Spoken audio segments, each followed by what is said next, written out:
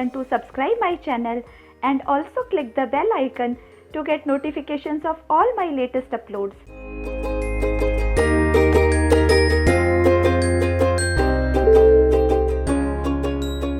Hello बच्चों, welcome to my channel. आप सभी का इस वीडियो में स्वागत है। इस वीडियो में हम नंबर सिस्टम के बारे में पढ़ेंगे और मुझे पूरी उम्मीद है कि ये वीडियो देखने के बाद आपके नंबर सिस्टम के सारे कंसेप्ट्स क्लियर हो जाएंगे। ये वीडियो आपको जरूर पसंद आएगा।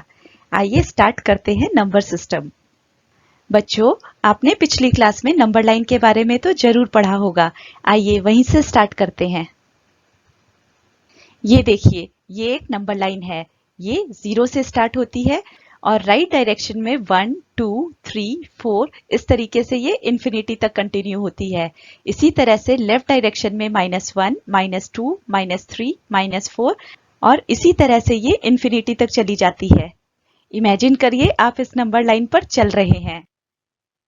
इमेजिन करिए कि आप 0 से अपनी जर्नी स्टार्ट करते हैं और इस नंबर लाइन पर चलते ही जा रहे हैं पॉजिटिव डायरेक्शन में, और जहां तक आपकी आंखों को दिखाई देता है आपके सामने नंबर्स ही नंबर्स हैं।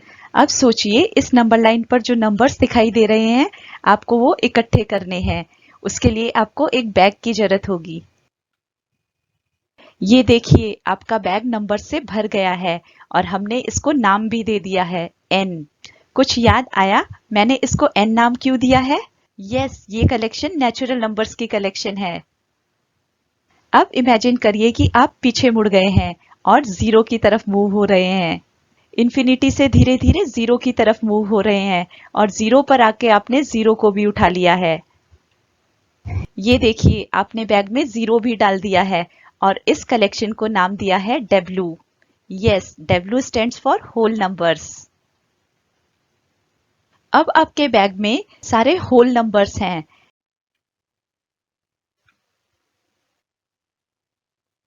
अब आप खड़े हैं 0 पे और आपके सामने फिर नंबर्स ही नंबर्स हैं, लेकिन इस बार नेगेटिव नंबर्स भी हैं और आपके बैग में अभी भी जगह है। अब आपको इन नंबर्स को भी अपने कलेक्शन में जोड़ना है, अपने बैग में डालना है।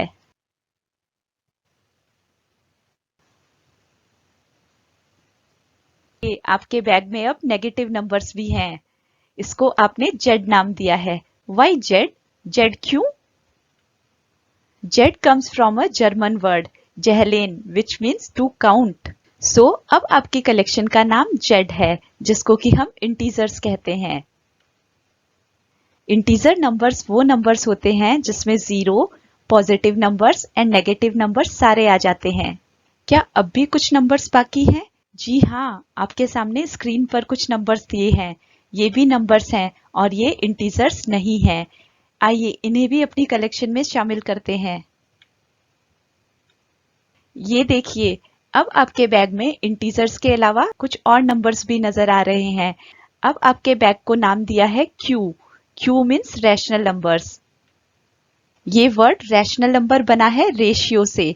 रेशियो आपने पिछली क्लासेस में पढ़ा ही है, जिसमें हम नंबर्स को कंपेयर करते हैं डिवाइड फॉर्म में। और Q हमने इसलिए लिया है क्योंकि Q स्टैंड्स फॉर कोशिएंट और रैशनल नंबर्स की इस फैमिली को हम Q से डिनोट करते हैं।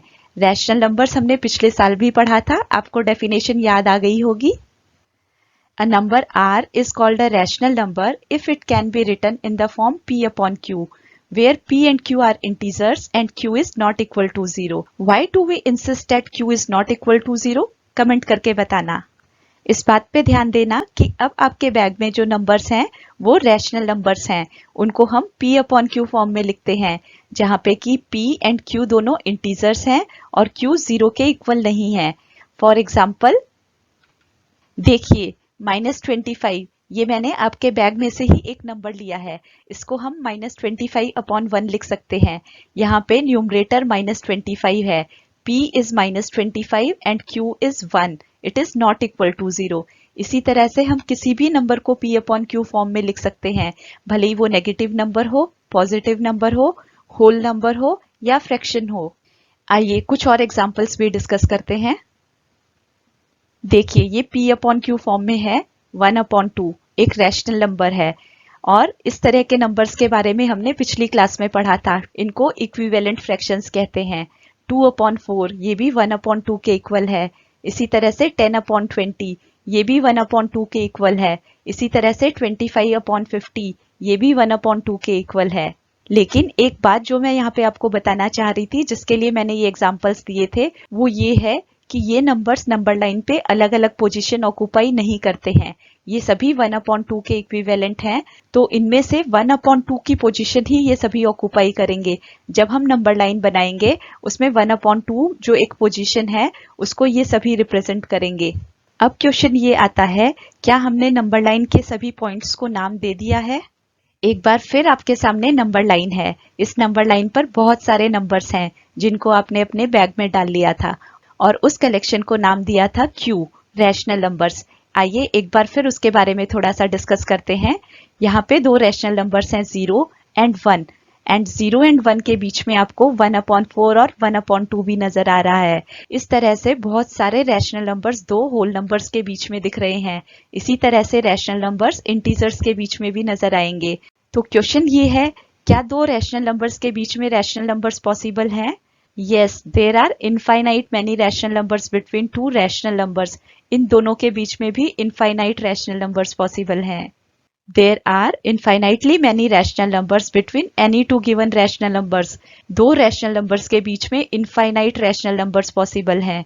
Rational numbers की इस collection के अलावा अगर हम अपने बैग को देखें तो क्या हमने नंबर लाइन के सभी नंबर्स को पिक कर लिया है या अभी कुछ और भी बाकी है? आपको ये जानकर आश्चर्य होगा कि दो रैशनल नंबर्स के बीच में बहुत सारे रैशनल नंबर्स हैं, लेकिन अगर सारे रैशनल नंबर्स हम पिक कर लें तो क्या उनके बीच में भी कोई नंबर पॉसिबल है? आपको ये जानकर आश्चर्य होगा कि सभी रैशनल नंबर्स को नंबर लाइन से उठाने के बाद भी नंबर लाइन पर बहुत सारे ऐसे नंबर्स बचे हैं जो आपके बैग में नहीं हैं।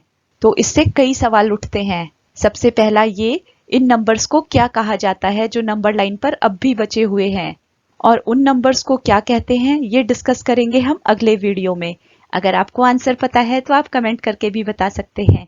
आई होप आपको ये वीडियो अच्छा लगा होगा, तो इसे लाइक कर दीजिए, फ्रेंड्स के साथ शेयर करिए और चैनल को भी सब्सक्राइब कर दीजिए। Thank you all.